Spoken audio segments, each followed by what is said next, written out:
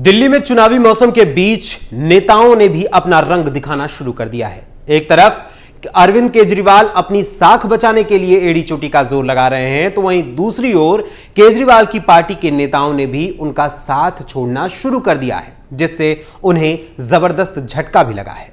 चुनाव से ऐन वक्त पर यानी चुनाव से ऐन वक्त पहले नेताओं के आम आदमी पार्टी को छोड़ने से दिल्ली की सियासत में एक नया टर्निंग पॉइंट आ गया है। नमस्कार, कैपिटल टीवी देख रहे हैं आप और आपका स्वागत है टर्निंग पॉइंट में, जिसमें आज मैं अखिलेश पांडे आपको बताऊंगा इसकी पूरी कहानी कि किस तरीके से अरविंद केजरीवाल को एक तगड़ा झटका लगा है, वो भी दिल्ली विधानसभा चुनाव से ठीक पहले।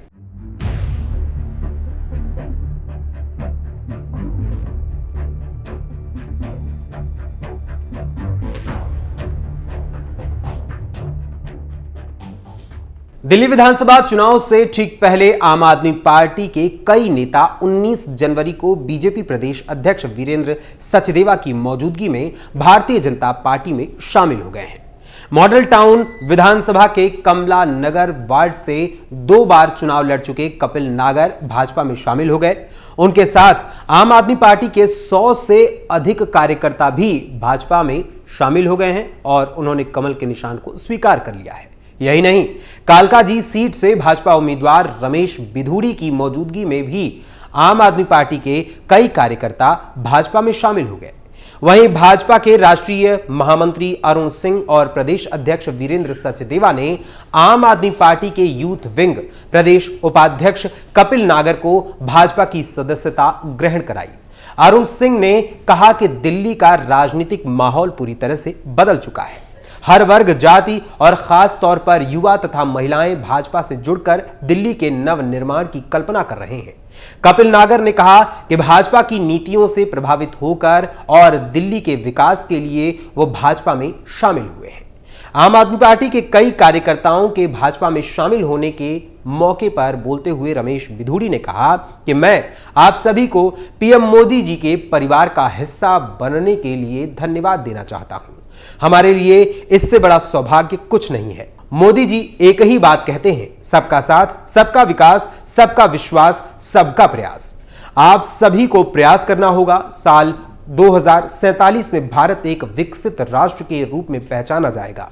रमेश बिधूड़ी ने मुख्यमंत्री आतिशी मार्लेना पर भी इस दौरान निशाना साधा। उन्होंने कहा कि लोग बहुत मुश्किल हालात का सामना कर रहे हैं। गलियां और सड़कें खस्ता हाल है, सीवरेज सिस्टम खराब है, आप जूतों में कीचड़ लगे बिना घर में प्रवेश नहीं कर सकते, पीने का पानी दूषित है। बता दें कि बिधूड़ी कालकाजी सीट से सीएम आतिशी मार्लेना के खिलाफ चुनाव लड़ रहे हैं। इस चुनाव में दिल्ली में सत्तारूढ़ आम आदमी पार्टी, भारतीय जनता पार्टी और कांग्रेस के बीच त्रिकोणीय मुकाबला होने की संभावना है और वो भी बड़ी कट्टरता के साथ। चुनाव हो और सिर्फ एक ही पार्टी के नेता इधर से उधर हो, ऐसा मुमकिन नहीं है। एक तरफ आम आदमी पार्टी के सैकड़ों नेता बीजेपी में शामिल हुए हैं, तो वहीं दूसरी ओर बीजेपी और कांग्रेस के नेता भी इससे अछूते नहीं हैं, क्योंकि दिल्ली विधानसभा चुनाव के लिए मची घमासान के बीच दूसरे दलों के नेताओं का अपने दल में शामिल कराने का क्रम राजनीतिक दलों की ओर से किया जा रहा है। इसी के तहत वजीरपुर विधानसभा से कांग्रेस की पूर्व निगम पार्षद प्रत्याशी रहीं ममता वर्मा, किराड़ी विधानसभा से कांग्रेस के पूर्व निगम प्रत्याशी रहे बनवारी लाल उपाध्याय और मोहम्मद इकराम के अलावा सीमापुरी विधानसभा से भाजपा की पूर्व निगम पार्षद प्रत्याशी रहीं भूमिका सिंह समेत कई नेता आम आदमी पार्टी में शामिल हो गए हैं। आम आदमी पार्टी की वरिष्ठ नेता एवं दिल्ली की सीएम आतिशी मार्लेना ने सभी नेताओं का पार्टी में स्वागत किया। उन्होंने कहा कि फ्री बिजली, पानी, अच्छे सरकारी स्कूल, अस्पताल, महिलाओं की बस यात्रा समेत अन्य हमारे कामों को देखकर लोग आम आदमी पार्टी से जुड़ रहे हैं। आम आदमी पार्टी के नेताओं को दिल्ली विधानसभा का चुनाव लड़ने के लिए लोगों का सहयोग मिल रहा है। आम आदमी पार्टी के वरिष्ठ नेता मनीष सिसोदिया के बाद अब पूर्व मंत्री और शकूर बस्ती से आम आदमी पार्टी के प्रत्याशी सत्येंद्र जैन को भी 40 लाख रुपए चंदा दिया गया है। ये चंदा दिल्ली समेत देश भर में से यानी कि देश भर से इकट्ठा किया गया और तकरीबन 1105 लोगों ने यह चंदा दिया है। आम आदमी पार्टी से राज्यसभा सदस्य संजय सिंह ने सभी दानदाताओं का आभार जताते हुए कहा कि आम आदमी पार्टी पर जनता का विश्वास कायम है। उन्होंने कहा कि आम आदमी पार्टी आम जनता से मिले चंदे के पैसों से चुनाव लड़ती है और चुनाव जीतकर जनता के लिए काम करती है, लेकिन जो लोग बड़े बड़े पूंजीपतियों से चंदा लेकर चुनाव लड़ते हैं, ये चुनाव जीतने के बाद उन्हीं के लिए काम करते हैं।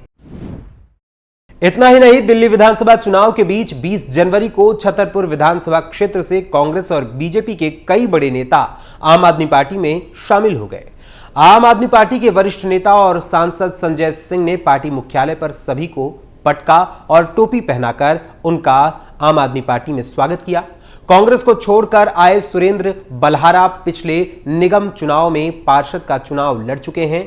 वहीं बीजेपी को छोड़कर आए विनोद बलहारा और बीजेपी SC/ST मोर्चा के सदस्य रहे इंद्रजीत सिंह की भी अपने क्षेत्र में मजबूत पकड़ है। संजय सिंह ने कहा कि इनके आने से छतरपुर में आम आदमी पार्टी को और मजबूती मिलेगी। संजय सिंह ने कहा कि छतरपुर विधानसभा सीट से आम आदमी पार्टी प्रत्याशी ब्रह्म सिंह तंवर के प्रयासों से कई कद्दावर नेता पार्टी के साथ जुड़ रहे हैं। उन्होंने कहा कि इस क्रम में आज कांग्रेस से नगर निगम का चुनाव लड़ चुके मजबूत नेता सुरेंद्र बलहारा आम आदमी पार्टी में शामिल हो रहे हैं। सुरेंद्र बलहारा पार्षद के चुनाव में मात्र कुछ वोटों से ही हारे थे। अपने क्षेत्र में उनकी अच्छी छवि है। साथ ही आज बीजेपी नेता विनोद बलहारा और बीजेपी में SC/ST मोर्चा के पदाधिकारी इंद्रजीत सिंह भी आम आदमी पार्टी परिवार में शामिल हो रहे हैं। मैं सभी लोगों का पार्टी में स्वागत करता हूं। मुझे पूरा भरोसा है कि इनके आने से क्षेत्र में ब्रह्म सिंह तंवर और आम आदमी पार्टी को और भी मजबूती मिलेगी। वहीं छतरपुर सीट से आम आदमी पार्टी के प्रत्याशी ब्रह्म सिंह तंवर ने कहा कि सुरेंद्र बलहारा की समाज में बहुत अच्छी छवि है और क्षेत्र में उनकी अच्छी पकड़ भी है। उन्होंने इस बार कांग्रेस से नगर निगम का चुनाव लड़ा था और मात्र 350 वोटों से पीछे रह गए थे। सुरेंद्र बलहारा ने कांग्रेस छोड़कर आम आदमी पार्टी को ज्वाइन किया है। मुझे पूरा भरोसा है कि उनके आने से मुझे क्षेत्र में और मजबूती मिलेगी। उन्होंने कहा कि विनोद बलहारा, इंद्रजीत सिंह, सुरेंद्र डागर, रितेश डागर, कुलदीप राठी, सत्य कौशिक और सोनू डागर समेत कई लोग बीजेपी छोड़कर आम आदमी पार्टी में शामिल हो रहे हैं। ये सभी लोग मेरे साथ इस विधानसभा चुनाव में जुड़कर काम कर रहे हैं। इस दौरान सुरेंद्र बलहारा ने कहा कि मैंने 2017 में आम आदमी पार्टी की तरफ से चुनाव लड़ा था, लेकिन जीत नहीं पाया। इसके बाद मैं कांग्रेस में चला गया था, लेकिन सुबह का भूला शाम को घर आ जाए तो उसे भूला नहीं कहते। आज मेरी घर वापसी हो रही है। मैं आम आदमी पार्टी का तहे दिल से धन्यवाद करता हूं। मुझे उम्मीद है कि छतरपुर से आम आदमी पार्टी प्रत्याशी ब्रह्म सिंह तंवर को भारी बहुमत से जीत मिले। वहीं दूसरी तरफ दिल्ली विधानसभा चुनाव में 3 सीटें काफी ज्यादा चर्चा में बनी हुई हैं। तो चलिए अब जरा उन सीटों के बारे में भी आपको विस्तार से समझाते हैं। दरअसल दिल्ली की सत्ता पर लगातार 15 साल राज करने वाली कांग्रेस पिछले 2 विधानसभा चुनाव से खाता नहीं खोल पा रही है। दोनों चुनाव में कांग्रेस की स्थिति ऐसी हो गई थी कि पार्टी की कहीं चर्चा तक नहीं हो रही थी, लेकिन इस बार चुनाव कांग्रेस की भी चर्चा बन गई है, यानी कांग्रेस भी पूरी तरीके से चर्चा में आ गई है चुनाव को लेकर। इस चर्चा की शुरुआत आम आदमी पार्टी संयोजक अरविंद केजरीवाल के सामने पूर्व मुख्यमंत्री शीला दीक्षित के बेटे संदीप दीक्षित, मुख्यमंत्री आतिशी मार्लेना के सामने अलका लांबा और पूर्व उप मुख्यमंत्री मनीष सिसोदिया के समक्ष यानी उनके सामने फरहाद सूरी को उतारे जाने के साथ हुई थी। इसके बाद कांग्रेस नेता राहुल गांधी का अरविंद केजरीवाल पर हमलावर रुख भी चर्चा का कारण बना हुआ है, खासकर तब जबकि 7 महीने पहले दोनों इंडी गठबंधन के बैनर तले दिल्ली में एक साथ आकर लोकसभा चुनाव लड़ रहे थे। इन सब के बीच इस समय चर्चा के केंद्र में 3 सीटें हैं, क्योंकि इन तीनों सीटों पर कांग्रेस के साथ भाजपा और आम आदमी पार्टी भी किसी कांग्रेसी के भरोसे ही है यहां पर यानी बनी हुई है। यहां तीनों पार्टियों में जीत किसी के भी प्रत्याशी की हो, पर विजेता कोई कांग्रेसी विचारधारा वाला ही होगा, ऐसा अनुमान लगाया जा रहा है। दरअसल गांधीनगर, सीलमपुर और सीमापुरी में कांग्रेस के उम्मीदवार तो मैदान में है ही, उनके सामने भाजपा और आम आदमी पार्टी से उतरे प्रत्याशी भी कुछ समय पहले तक कांग्रेसी ही थे, जिन्होंने पाला बदलकर झंडा बदल लिया है। गांधीनगर में भाजपा ने कांग्रेस के पूर्व प्रदेश अध्यक्ष और शीला दीक्षित की सरकार में मंत्री रहे अरविंदर सिंह लवली पर दांव लगाया है, जो पिछले साल लोकसभा चुनाव से ठीक पहले भाजपा में शामिल हुए थे। हालांकि अरविंदर सिंह लवली 2017 के निगम चुनाव में भी कांग्रेस छोड़कर भाजपा में आए थे, लेकिन बाद में उन्होंने घर वापसी कर ली थी। यहां से आम आदमी पार्टी की तरफ से ताल ठोक रहे नवीन कुमार दीपू भी 5 साल पहले तक कांग्रेसी थे। 2020 के चुनाव में वो कांग्रेस छोड़कर आम आदमी पार्टी में शामिल हो गए थे। चुनाव लड़े और हार गए थे। कांग्रेस की तरफ से इस सीट पर कमल अरोड़ा उम्मीदवार है। इसी तरह से सीलमपुर विधानसभा क्षेत्र में कांग्रेस की तरफ से आम आदमी पार्टी विधायक अब्दुल रहमान प्रत्याशी हैं। आप से टिकट कटने के बाद वो कांग्रेस में शामिल हो गए। उनके सामने मुकाबले में आम आदमी पार्टी से उतरे चौधरी जुबैर करीब 3 महीने पहले तक कांग्रेस के जिलाध्यक्ष थे। उनके पिता चौधरी मतीन अहमद कांग्रेस के बड़े नेताओं में शुमार हुआ करते थे। दोनों ने गत नवंबर महीने में आम आदमी पार्टी का दामन थाम लिया था। भाजपा के उम्मीदवार अनिल कुमार शर्मा 2017 से पहले तक पक्के कांग्रेसी थे। 2012 में निगम का चुनाव कांग्रेस से लड़े थे। 2017 में उनकी पत्नी कांग्रेस से ही निगम चुनाव में प्रत्याशी थीं। दोनों चुनाव में हार के बाद ये भाजपा में शामिल हो गए थे। 2020 के विधानसभा चुनाव से पहले घर वापसी की थी, लेकिन कुछ माह बाद फिर से भाजपा में आ गए। 2022 में मौजपुर से निगम का चुनाव लड़ा और पार्षद बन गए। इस बार पार्टी ने सीलमपुर में अपना चेहरा बनाया है। सीमापुरी विधानसभा क्षेत्र में भी ऐसी ही तस्वीर है। यहां भाजपा से रिंकू चुनावी मैदान में हैं, जो 2.5 साल पहले तक कांग्रेसी थे। 2 बार उसी पार्टी की पार्षद रहीं। 2022 के निगम चुनाव से पहले वो भाजपा में आ गई थीं, चुनाव हार गई।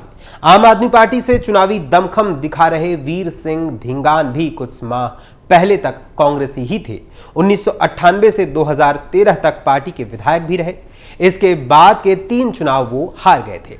चुनाव की घोषणा से पहले उन्होंने आम आदमी पार्टी का दामन थाम लिया था। अब झाड़ू के निशान पर वो चुनावी मैदान में है। कांग्रेस ने इस बार यहां से राजेश लिलोठिया को मैदान में उतारा है। यानी कुल मिलाकर दिल्ली का विधानसभा चुनाव इस बार काफी ज्यादा दिलचस्प हो गया है, जिसमें रोज नए नए मोड़ आ रहे हैं। इस पूरे मामले पर और इस बार के होने वाले दिल्ली विधानसभा चुनाव के मुद्दे पर आपका क्या विचार है, हमें अपने कमेंट्स के माध्यम से जरूर बताइएगा। फिलहाल अभी के लिए टर्निंग पॉइंट के आज के इस अंक में बस इतना ही। फिर मुलाकात होगी किसी और खबर, किसी और मुद्दे के साथ। तब तक के लिए मुझे अनुमति दीजिए। धन्यवाद, नमस्कार।